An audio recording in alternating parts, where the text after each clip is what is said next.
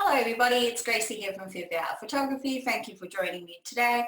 And today we have our beautiful guest, Rachel from Rachel Watts. Hello, Rach. Hey, Gracie. Thanks for having me on today. How are you? I'm well, thank you. Given that Melbourne's weather's a little bit doomed, but you know, it's okay. It's the weather's cold. not going to be this weekend, but it's not raining here, which is a plus. So that's a bonus. All right, before we go ahead with finding out who you are, can you tell a little bit, about your family and your two beautiful boys, Harry and Harvey? And sure. Yeah. Okay. My name's Rachel Watts. I have two gorgeous boys named Harry and Harvey. So Harvey's my firstborn and he is 4 years old. He'll be turning 5 next year in April, so he's kind of just turned 4. And then little Harry is not so little anymore. He's 1.5. And he was born in October, so he'll be 2 this year. And that has gone really, really quickly. I'm married to Jayson. And probably when I was pregnant with Harvey, I obviously did a television show called Yummy Mummies, and it filmed me throughout my pregnancy, birth, well, not in the birthing suite, but, and if you haven't watched it, well, you're missing out.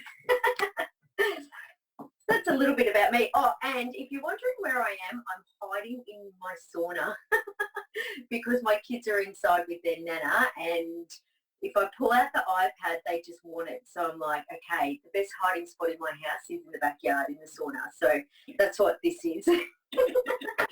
Welcome to my backdrop. I love it. And I've put the heat on 38 degrees, so it's not too hot in here, so I'm going to get sweaty, but it's freezing out there, so I was like, I might as well just pop the heater on. Oh, wow, that's beautiful. Our heater had broken and Andrew just managed to fix it up today. So thankfully we have heating as well. Yeah. Maybe not as 38 as good. We need heating. I've only got heating in half my house. So the back living area, we've got a heater, but the front is broken. And we're not getting it fixed because we're going to renovate. So we're like, okay, we just need to get through this winter. Yep. But it's actually nice getting into bed in the cold because I've got an electric blanket, so it's fine. It's totally fine. Yeah. Now, so you mentioned that you're with Yummy Mummy, and I met you at one of Harvey's walkway. His debut. Yes. Yes. We met from there, and then we connected a little bit later on. But what I love about you, it's just like you're so natural, you're so cool, just like how you see yourself on TV. Like, did you ever imagine yourself that you'll be filming your whole entire pregnancy and your birth on TV? No, never. If you had told me that when I was, had a full-time job and before I got pregnant, I probably would have laughed at you. No, I didn't. But you kind of just roll with the times, and whatever comes at you, you just, at the time I actually didn't think much of anything. I just did it not thinking it would go anywhere, and it went on Channel 7, which was great. But then to go internationally on Netflix was just nuts, like totally nuts, but really good nuts. So but if you had said that to me 5 or 6 years ago, I thought you would have been mad. What's been the highlight, Rach? Of the Yummy Mummies experience? Probably 2 things. Number 1 would be looking back when we took Harvey home. I can't remember what episode it was in season 1, but I feel like for me that was a highlight because it's something that I'll cherish forever. And, when you bring your child home, it's a really special moment, but to capture that on film and to be always look back at it, which I've watched it like 20 times, maybe more. And then for one day to maybe show his children or when he appreciates it, which might be in another 20 years or something. So that was a really highlight for me. And probably the second one that I mentioned was going on Netflix. Like, it was pretty, like, amazing for every country in the world to have it except for China. It was a big eye-opener, and I've been very grateful for, you know, all the work that it has brought me in through social media, and just life experiences as well. It's opened a lot of doors for me, so I'm very grateful. Absolutely. I love seeing your stories that they're being shared from Spain or, you know, like Italy. Even it's just amazing, like that international spread of the Yummy Mummy. It's great. Yeah. Or even when I'm talking it, like, people put up stories that I'm talking, but over me it's like Italian. I'm like, oh, what? Like, I get all confused. It's very cool though. It's super cool. Oh, that's awesome. So guys, if you haven't seen Yummy Mummy, hop on Netflix and it's right there. There's 2 seasons now as well. So yeah, season 2 I loved. It was funny. So we've all got kids and it was pretty hectic, but we got there in the end. It was a lot harder. Actually, no. Season 1 was hard to film because we were pregnant. Season 2 was hard to film because we had these little rugrats running amok. And the producers would be like, okay, so just get Harvey to do this. And I'd be like, yeah, that's not going to happen. That's not going to happen. And that's what I love about Harvey. It's like, well, you get what you get, Gracie. You're not going to put me at that spot and expect me to pose for you, because that's just not who I am. Mm-hmm. I think he's gotten better now, and the hard one, because the easy one for ages was Harry, because he was just a little baby, and now Harvey's grown up and you can kind of talk to him like normal, and he's easier, where Harry's just like, can't sit still. So yeah. Oh, I love getting that opportunity to photograph you and the kids, and sometimes every now and then we have Jayson in it, and it's always fun because, you know, you can have two. It's easier when you have 2 adults because you can grab the other one, can have the other child, but then sometimes we have Charlie in the photo as well. So sometimes, more like all the time. She just, Charlie is my French bulldog, for anyone that doesn't know, but yeah, she just, I don't even know she's there, and then when you send the photos through, I'm like, Charlie, like, she's just lurking always in the background, and, you know, just getting her head in the shot. It's super cute. It's super cute. And when we started working together, we started off with family portraits, and then we have ventured into your for advertising and brands for small businesses. Who are the the clients that you really enjoy working with, and who you really would like to support? I feel like I've evolved since I met you.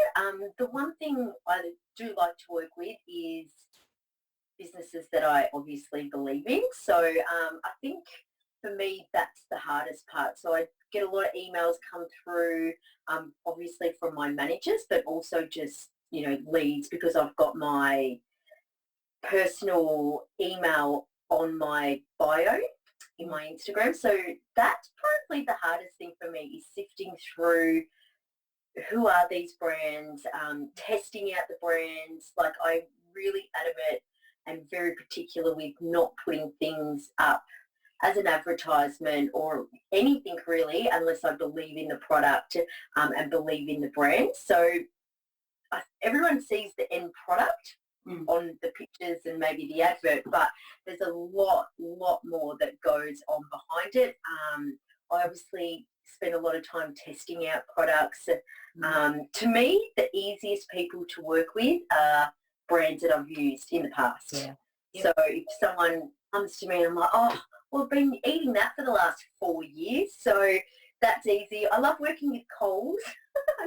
I know it sounds a bit daggy, but I've always shopped at Coles. Like, I'm a Coles girl. I don't, if Woolworths is there, I'll go there. But if I had to drive a bit further, I'd always go to Coles. So for me, it's an easy one. I'm about to do Aptamil, which I started using that 4 years ago. So when that email came through, I was like, oh, I've been using it for 4 years. Harvey was breastfed, and then he went on to their formula, and now he's on their toddler milk. So no-brainer. Happy to advertise that on my page because I believe in it. And, you know, if other mothers are, and it's hard at the start when you're thinking, what brand am I going to use, because there's so many of them.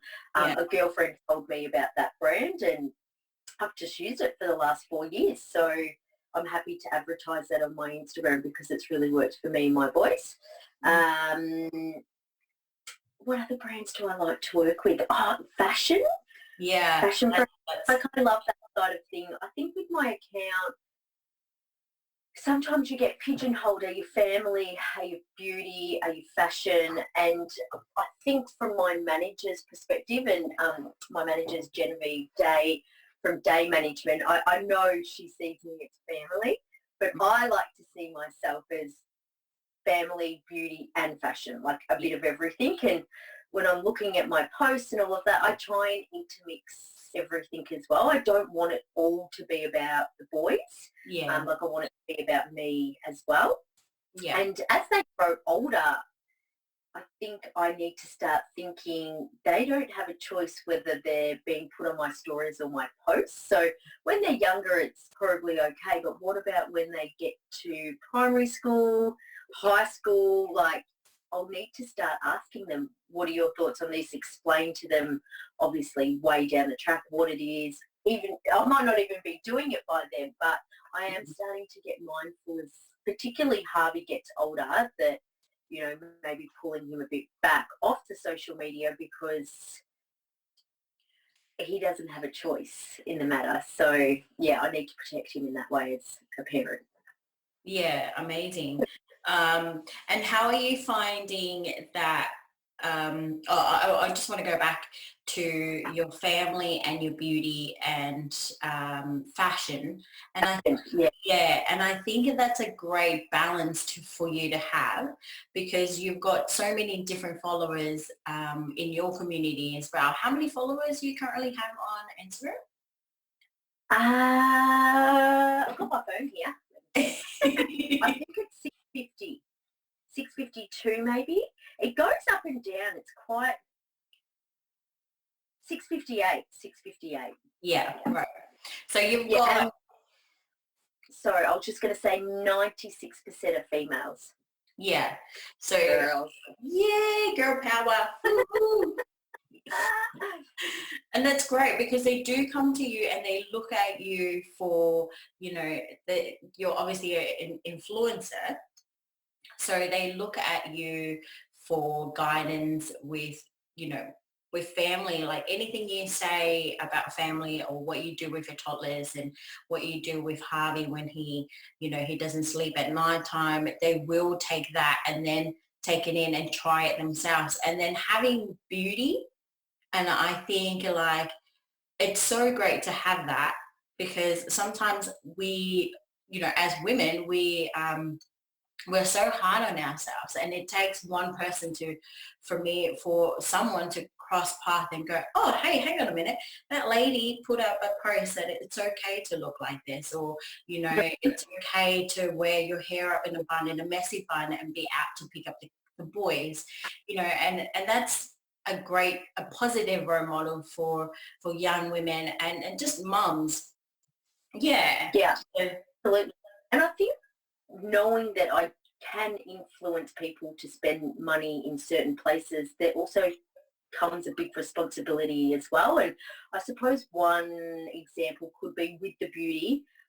There's so many products out there that test on animals, and I see people putting things up all the time, and for me there's just no brainer, like brands that I will never use, will never advertise. You can pay me $1 million and it's a big fat no. If you're going to test on a bunny, well, you can get out my door. So, there is a responsibility with making sure if I'm going to try and influence someone to spend their money somewhere, that the product needs to be of a high quality, obviously animal cruelty free, and yeah, really to look into the brand if you've never used it before. Like I know I did one with you with our last photo shoot with the vitamins. So I think I took those vitamins for 3 months before I was like, okay, yeah, no, I think they're good.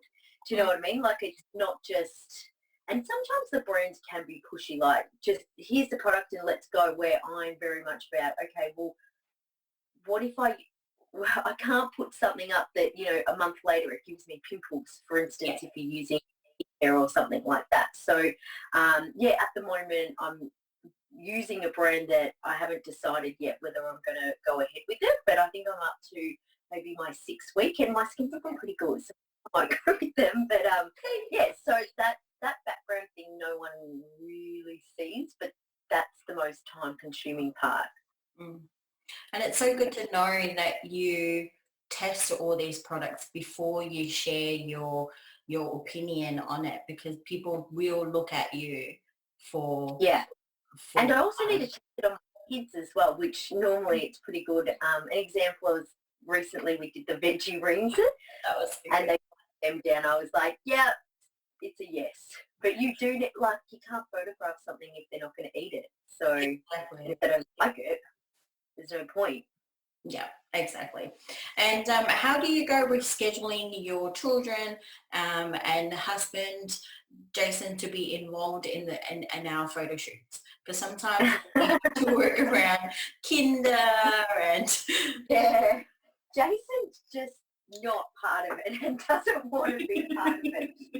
I know you want to do a photo shoot up here at the beach house, and Jason's like,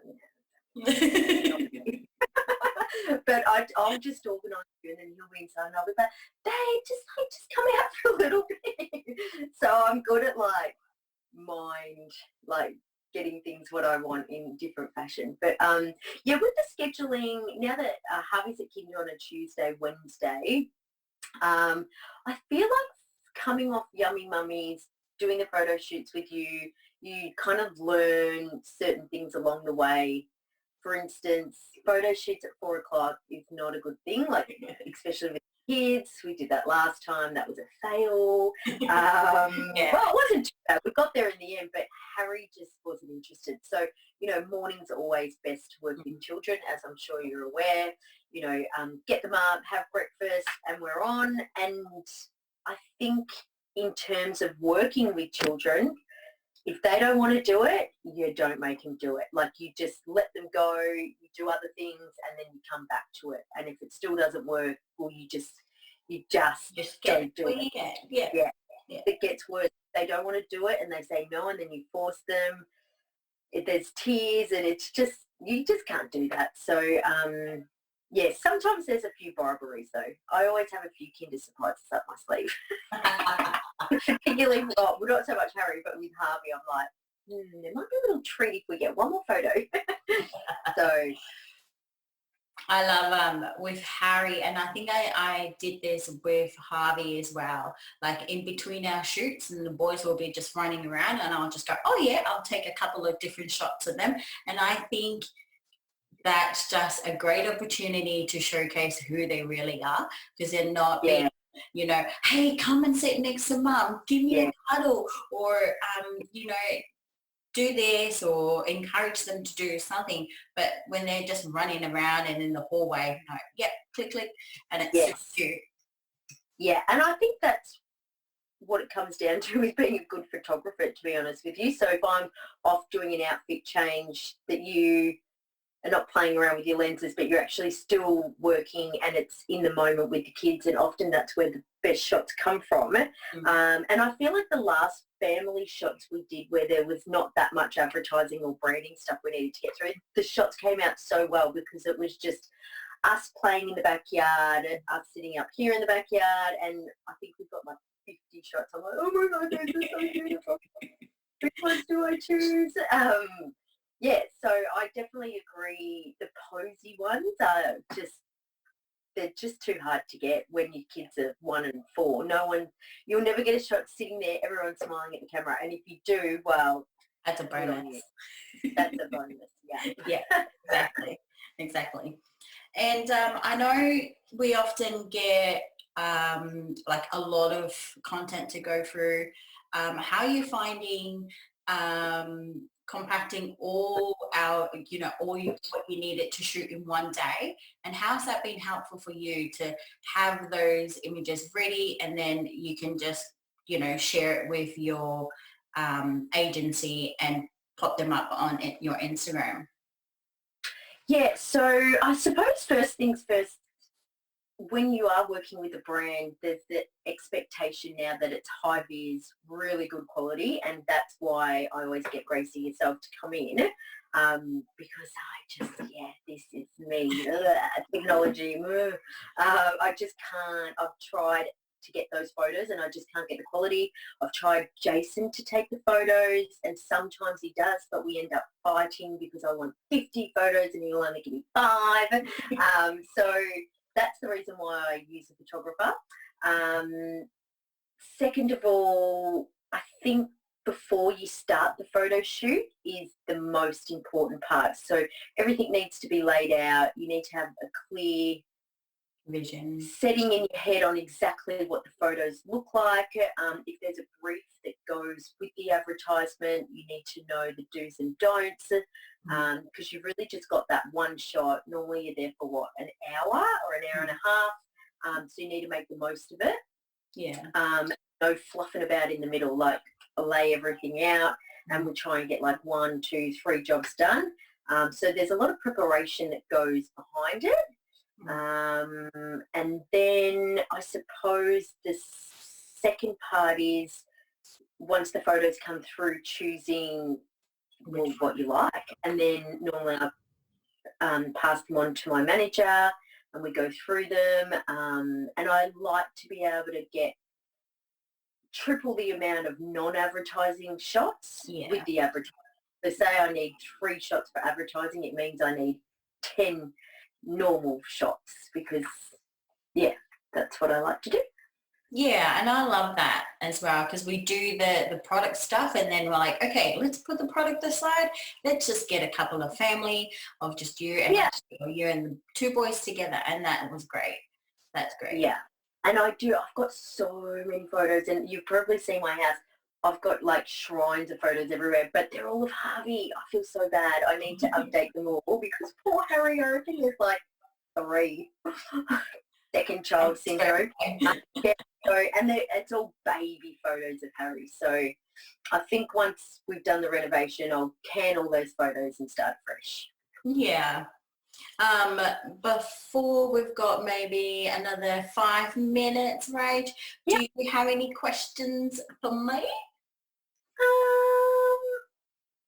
I suppose I've never really spoke to you about when did you get into photography, and more importantly, why did you choose family photography as your forte?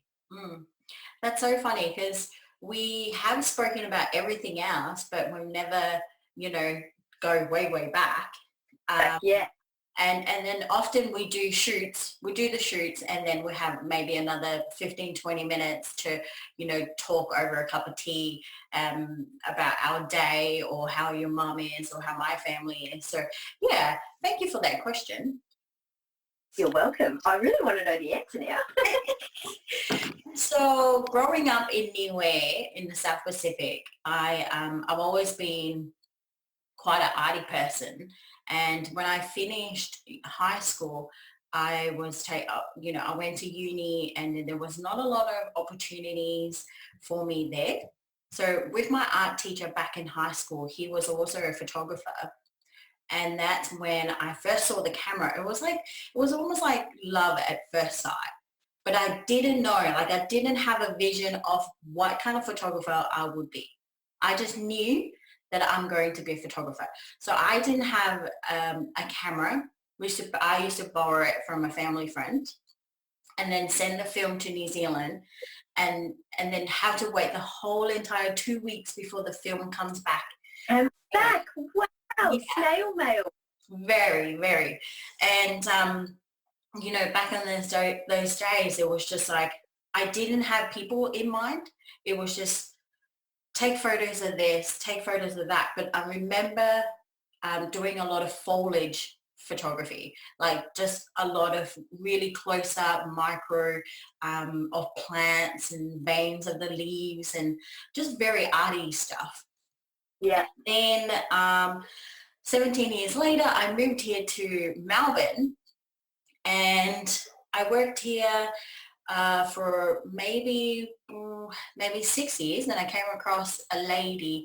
Her name is Carly Blanche, and she was recruiting people to work at a photography booth that sits in the middle of the shopping centre. Yes. Yeah. Yes. Yeah. We would I think travel. it's a little bit. Yes. Keep going. Yeah, I remember those photos, and you had it done with another company. Tickle Pink. Tickle Pink, yeah. So I worked with Candy Kids, and that moment, I'm forever grateful to this moment for giving me the opportunity, right? So working with children, and then eventually working. So I was working in the shopping centre, and I was there for 5.5 years. But every now and then on Sundays or Saturdays, I will come to our main office in Footscray, and I'll be doing like family portraits every now and then. So from there, I'm like, oh, okay, I like this. But before, like even when I was working at that company, I was doing family portraits on the side as my side hustle for families that they'd be like, oh, hey, we need family photos. But it's never like I'm going to be a family photographer. I just went with it, and then I just start loving and creating family portraits. But at the same time, it's pushed me more now that I've lost my dad for in 10 years. Now it's been 10 years. It's pushed me more to make sure that families have family portraits, because often I see people stress and then take photos when that person is passing away or when that person's not looking their best, and you're left with those feelings and those emotions, and they're photos that you don't want to look at. So I've come a long way to know what niche I enjoy. Yeah.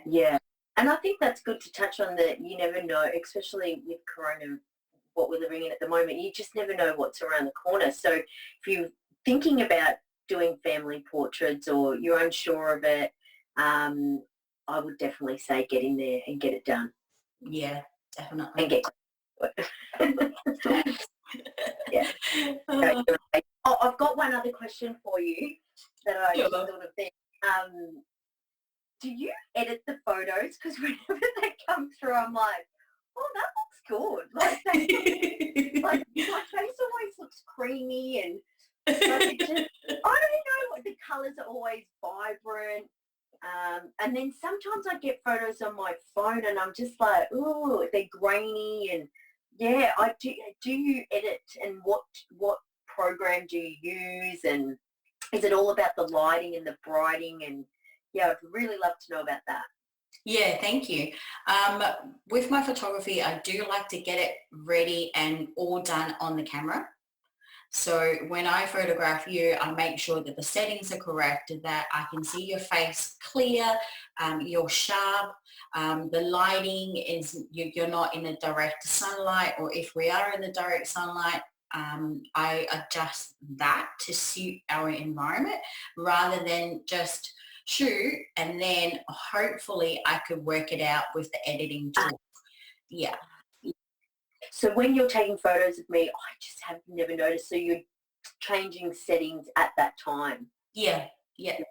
Because I know you, so how it works, Gracie sends me a file with unedited photos, and sometimes they're light, dark, and then you always have a watermark on it, and then I choose. So you might send, 100 photos to me, and then I put little stars next to the ones that I like, and then maybe, I don't know, 5 hours later, the watermark. You've selected, yeah.